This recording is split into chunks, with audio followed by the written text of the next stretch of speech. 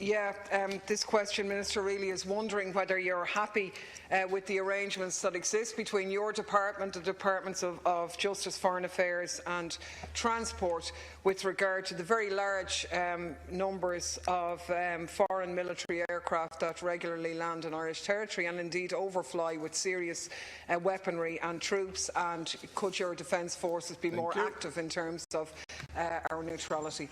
Minister, thank you. This is an issue that we debate regularly in this House, and that's fine. But in accordance with the Air Navigation Foreign Military Aircraft Order 1952, primary responsibility for the regulation of activity by foreign military aircraft in Ireland rests with my colleague, the Minister for Foreign Affairs and Trade. Pursuant to this legislation, permission is required for foreign military aircraft to overfly Ireland or to land at Irish airports. The arrangements that are in place for seeking such permission are a matter for the Minister for Foreign Affairs, but I understand that these include a provision that such requests must be submitted to his department by the embassy of the country in question. Primary responsibility for the internal security of the state rests with the Department of Justice and Equality and in Garda Síochána. There is ongoing and close liaison between my department and the Department of Justice and Equality, and between Garda Síochána and the Defence Forces regarding security matters, including aid to civil power deployments. One of the roles assigned to the Defence Forces is the provision of the ATCP, which in practice means to assist Garda Síochána when requested to do so. This role was reaffirmed by the Department in the recently published White Paper on Defence. In developing of the new White Paper, discussions were held with a range of other government departments and agencies on significant cross-cutting policy issues. This policy of consultation did not result in any impetus to make changes to the arrangements that have been in place since 2003, when the Defence Forces were first deployed to Shannon Airport at the request of Garda Síochána. In relation to recommending a more active role for the Defence Forces in protecting our neutrality, I'd like to stress that the use of Shannon Airport by foreign military aircraft is not incompatible with our neutrality. Successive governments have made overflight and landing facilities available at Shannon Airport for well over 50 years, and this is fully consistent with Ireland's obligations under successive resolutions of the UN Security Council.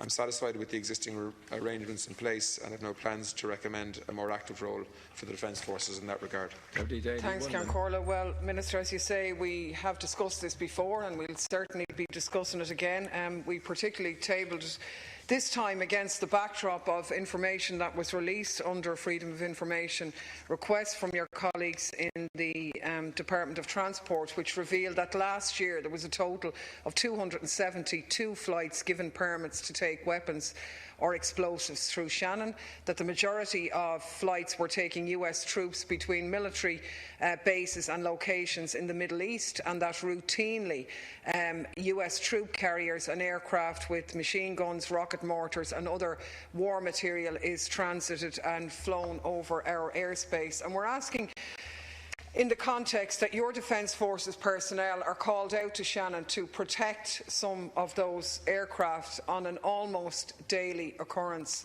and against the backdrop of US involvement in the bombing of the hospital in Kunduz, can you give us an assurance that that aircraft was not transited through Shannon? Minister. Sorry, I think I need to repeat again. I'm not the Minister for Foreign Affairs. And I think you should be addressing the policy questions in relation to the use of Shannon Airport to him. The job of the Minister for Defence and the Department of Defence and the Defence Forces is to assist in Garda Síochána when they ask for help. And that's what we do in relation to Shannon. It's unfortunate that there is deemed to be a security risk for planes that land and take off out of Shannon.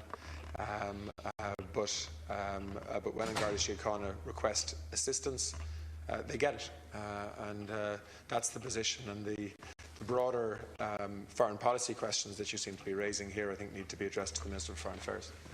Deputy Daly. You are a member of the Cabinet, Minister, and you do have opinions, touted as a future leader of Fine Gael, but you can't hide behind your department in this. And the fact that 4 departments are involved has actually been used as a ploy by the Irish state to not give the correct information, to have the bizarre arrangement where military aircraft are allowed to transit on the myth that they're somehow unarmed and not involved in military exercises, but civilian aircraft then take in the guns and the soldiers behind. And how you can brazenly say that that doesn't affect our neutrality is beyond belief. Now, in September 2013, a US carrier along the lines an AC-130W, very similar to the one which carried out the bombing in Cundun's Hospital, landed and refuelled at Shannon. It was the one which I think had the cannon on the wings that I forgot to take in. Can you give us an assurance, and do you think it's acceptable that your personnel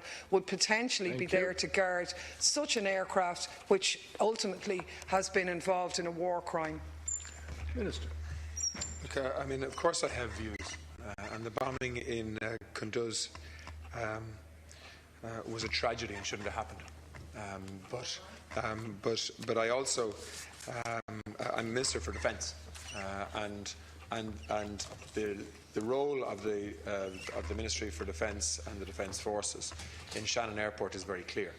Just like the role of the Department of Justice in terms of security issues is clear, and within Foreign Affairs, the policy decisions are clear. But can I say, in the context of a foreign affairs policy decision and our decision to remain militarily non-aligned and a neutral country, that policy has been confirmed in the White Paper on Defence, just as it was confirmed in the preceding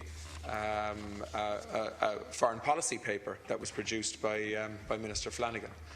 And if we felt that what was happening in Shannon Airport undermined that policy, well, then we'd have to deal with that, but we don't. Thank you. Question number